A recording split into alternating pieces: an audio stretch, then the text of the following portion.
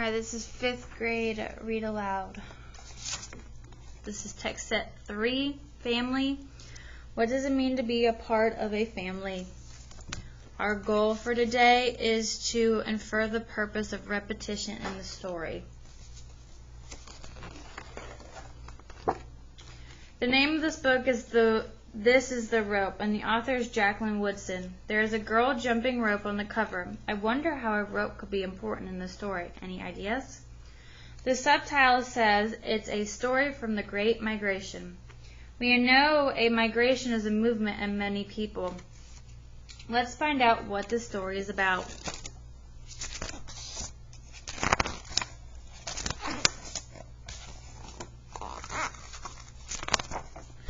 This is the rope my grandmother's found beneath an old tree long ago back home in South Carolina.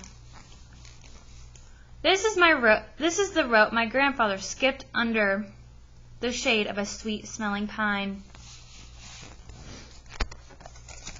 This is the rope my grandfather used to tie the few things they owned to the top of a car that drove my grandmother, who was a mother now, from South Carolina all the way to a place called New York City.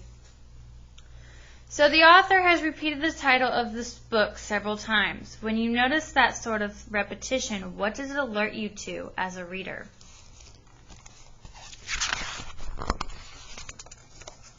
This is the rope my grandmother held tight to as my grandfather drove real slow past the people in big city buildings that seemed to go on and on. This is the rope my grandmother used to dry and sweet-smelling flowers she grew in small window boxes, reminding her of the flowers back home, where the land, she said, went on and on. Those words, held tight, speak volumes about how the grandmother is feeling. What do you think about the change that's happening? So look, the change that's happening.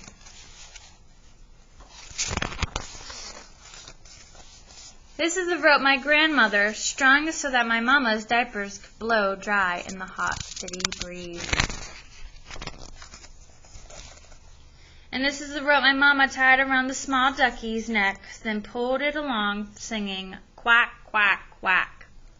So I'm beginning to think that the rope stands for something important in the story. Let's keep that idea in mind and continue reading. This is the rope my mama held out to the girls in the block, her new Brooklyn block, a home of their own that they finally owned.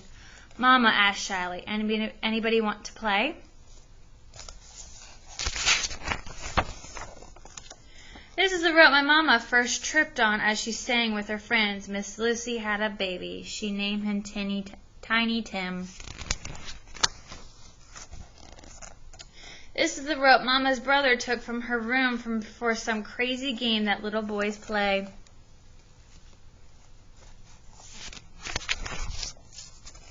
This is the rope my mama found again 10 years later when my grandfather said, we need a bit of rope to tie these things down inside this here car, like that rope we used to have from back home. Then he drove with my mama off to a college far away from the city, while up at the window my grandmother's waved. So think about the moments that the author has chosen to include so far. What is she trying to tell us about it? Okay. This is the rope my mama placed on the piano around family photos and me just a baby and then a bigger already reaching for it. This is the rope my daddy used when he showed me the way to tie a sailor's knot. 2 times around and pull it real tight. You want whatever you make it or do in your life, my daddy said, to last. So look at the rope here. It's curving in and out among all the family photos. What do you think we're supposed to understand from that? How do you think her daddy's advice fits with the message on these pages?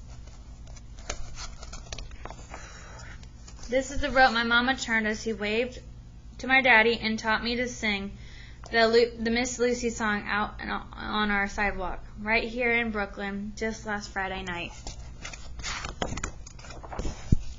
This is the rope that held up the sign saying, "We are all family," at our picnic reunion in the big park up the street from our home.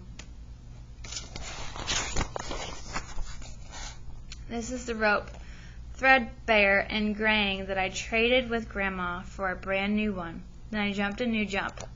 My name is Beatrice. I came from Brooklyn. As my family smiled proudly and the sun began setting, as Grandma held onto her rope from back home.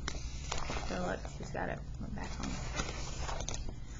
In her long ago memory of sweet smelling pine. So what do you think about this ending? And what do you think the rope stands for?